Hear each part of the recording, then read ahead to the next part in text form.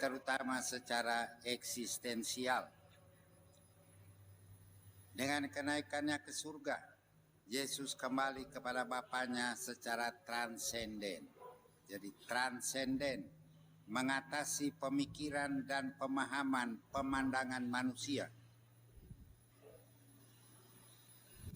Kenaikan ke surga mempertautkan, menjumpakan kemanusiaan dan keilahian yang mengatasi ruang dan waktu. Yesus hadir dengan rahmat penebusan sekarang ini di mana-mana tanpa kecuali. Karya penyelamatan yang dilakukan oleh Sang Gembala yang baik tetap hadir dalam perjalanan persekutuan hidup iman para muridnya. Biarpun Kristus sudah berada kembali bersama Bapanya, Dia secara aktual tetap melakukan tindakan penyelamatan sepanjang masa dalam daya Roh Kudus di tengah umat beriman yang sedang berjuang melakukan kegiatan hidup secara manusiawi.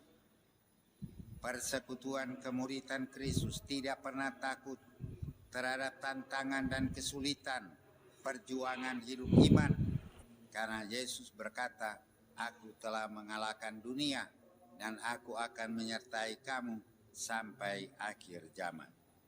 Saudara-saudari terkasih, peristiwa iman kenaikan Yesus ke surga senantiasa menjamin antar hubungan Kristus dengan persekutuan para muridnya. Mereka tidak ditinggalkan sebagai yatim piatu. Bahkan sebaliknya, persekutuan hidup para muridnya di dunia berjumpa dengan kehadirannya yang terus-menerus membangun kebenaran hidup yang memerdekakan. Di dalam daya kehadiran Roh-Nya, Yesus Kristus tetap menjadi teladan dalam menggerakkan kegembalaan dalam gereja kita. Setiap gembala dalam gereja, para uskup, boleh berharap akan bantuannya untuk belajar menjadi gembala yang baik pula. Khususnya dalam upaya untuk membangun persatuan persaudaraan yang sangat dirindukan oleh Yesus Kristus. Persaudaraan yang seimbang dalam kesetaraan, dalam perdamaian di tengah keterbatasan manusia. Ya memang kalau sudah nanti kemudian menjadi uskupnya, seakan-akan sudah tahu segala-galanya. Tidak. Tetap manusia yang terbatas. Gembala utama dalam gereja kita, uskup, mendapat panggilan yang tegas untuk menjaga dan memelihara depositum fidei. Jadi perbendaharaan iman yang harus dijaga, bukan suka-suka untuk jadi sekarang ini viral, ya. Jadi mungkin pada sekarang ini itu misa-misa streamline di stop saja, karena orang menjadi malas datang ke gereja karena tinggal duduk sambil menonton ini viral, dia tidur-tiduran. Langsung dikatakan dia ikut gereja dengan lain. Ya, mungkin stop.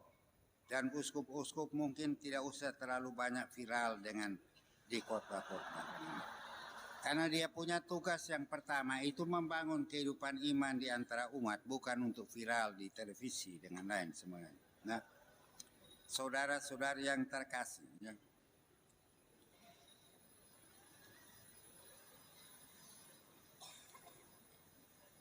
Para uskup depositum fidei yang paling utama yaitu menyaksikan perutusan Kristus dalam bingkai keselamatan yang terbuka. Artinya transformasi hidup iman Kristiani yang mengarus utamakan perkara-perkara dari atas. Sekarang terlalu banyak pemimpin umat, baik pastor, baik uskup, terlalu mengutamakan perkara-perkara dari bawah yang akan lenyap, yang akan hilang. Tapi memang biasa pastor, uskup selalu buat sesuatu yang meninggalkan kenang-kenangan. Tantangan kegembalaan demikian perlu menjadi peduli utama dari uskup, agar kehadirannya semakin tersedia untuk mencerahkan, dan memekarkan perutusan Injil seutuhnya dan sepenuhnya dalam dunia yang nampaknya semakin retak akibat kesombongan yang mengasingkan manusia dari persahabatan dengan Tuhan, dengan Allah. Saudara-saudari yang terkasih, pada dasarnya uskup meneladani Kristus dalam menyemangati kebersamaan hidup iman yang bermutu, bermanfaat dan membuahkan hasil, yaitu kepenuhan hidup yang meliputi banyak orang, sehingga persatuan persaudaraan semakin tampil sebagai kesaksian hidup akan wafat dan kebangkitan Kristus.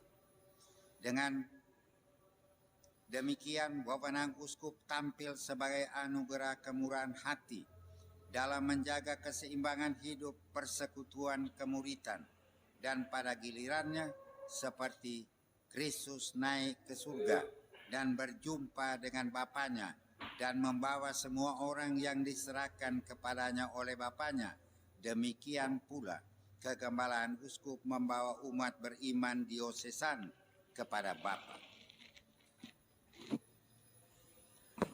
Itulah peran utama kegembalaan uskup dalam meneladani Yesus Kristus yang datang ke dunia untuk mewujudkan perutusan Bapa, yaitu kemerdekaan anak-anak Allah sebagai terang dan garam dunia yang menyinari lembah kegelapan dunia.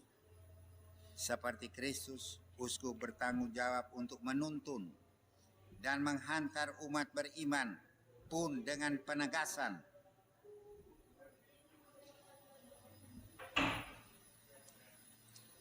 kepada Bapa dengan membangkitkan, menggairahkan semangat Injil dalam perjalanan bersama di dunia ini.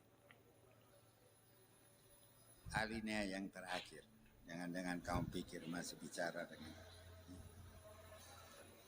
dengan merayakan pentabisan uskup, gereja kita khususnya di Keuskupan Agung Kupang mendulang anugerah kasih Allah dalam diri uskup tertabis yang akan mengembalakan umat Katolik dalam membina serta membimbing persekutuan hidup iman yang hidup dan menghidupkan kesaksian dalam cinta kasih. Responsible. The bishop has the responsible to make charity alive. Terus menerus.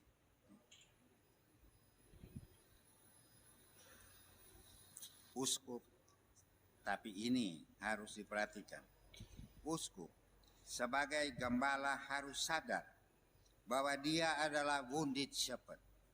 Wounded, jadi gembala yang terluka, yang memerlukan pemulihan dan penyembuhan bersama seluruh kawanan yang dipercayakan kepadanya. Ini ingat benar-benar kalimat ini.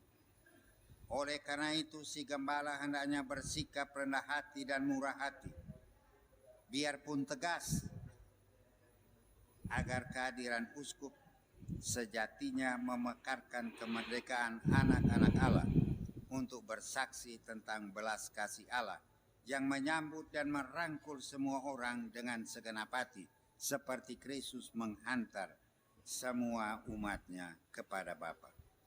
Dengan demikian pelayanan pastoral kegembalaan akan melapangkan kebersamaan hidup bersaudara sebagai buah hasil dari sukacita Injil. Pascantur omnes.